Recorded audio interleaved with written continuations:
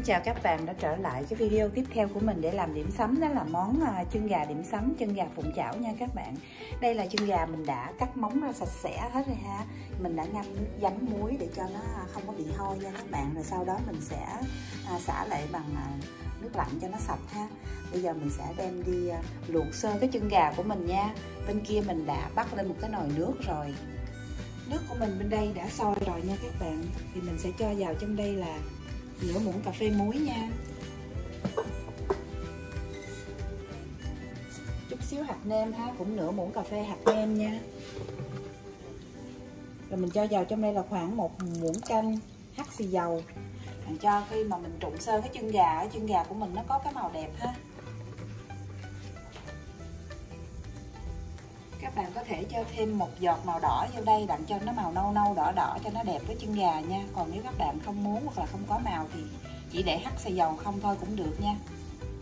Kế tiếp thì mình sẽ bỏ cái phần chân gà mình đã rửa sạch vào trong đây nha các bạn.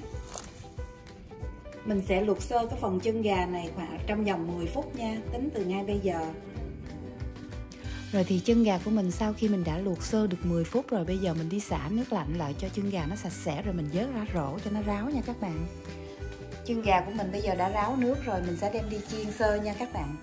Chiên chân gà này nó văng dữ lắm nha, rồi mình đem ra mới sao mình chiên.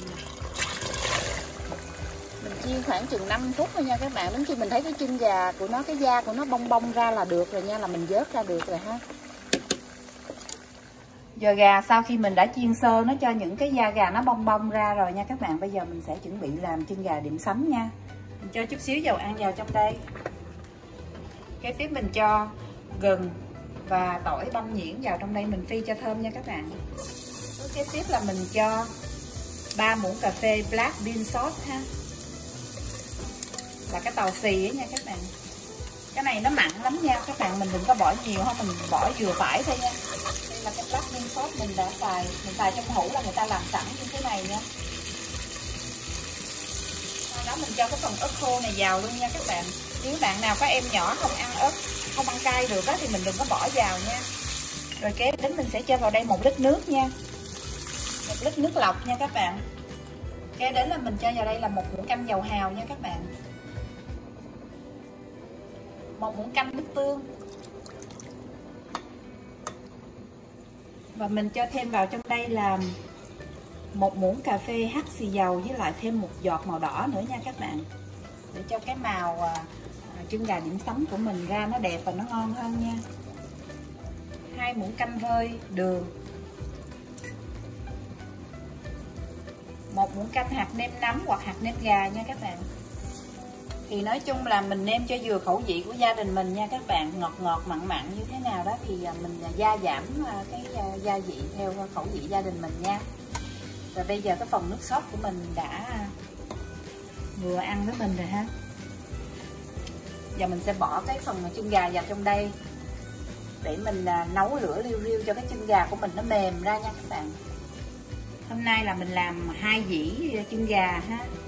Thì 2 dĩ này gần 3 thao nha các bạn, khoảng 1,1 kg, 1,2 kg gì đó.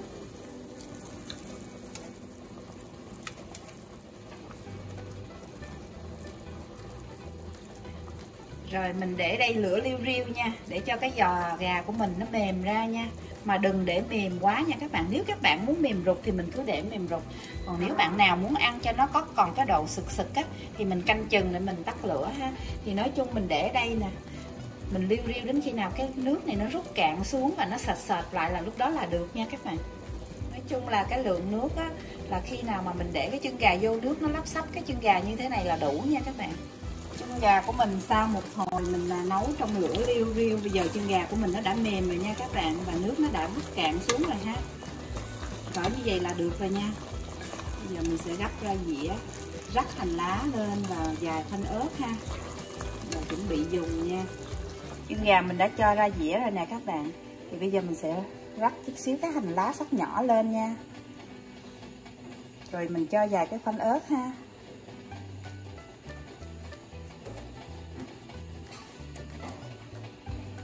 Đây là chân gà phụng chảo, chân gà điểm sắm nha các bạn.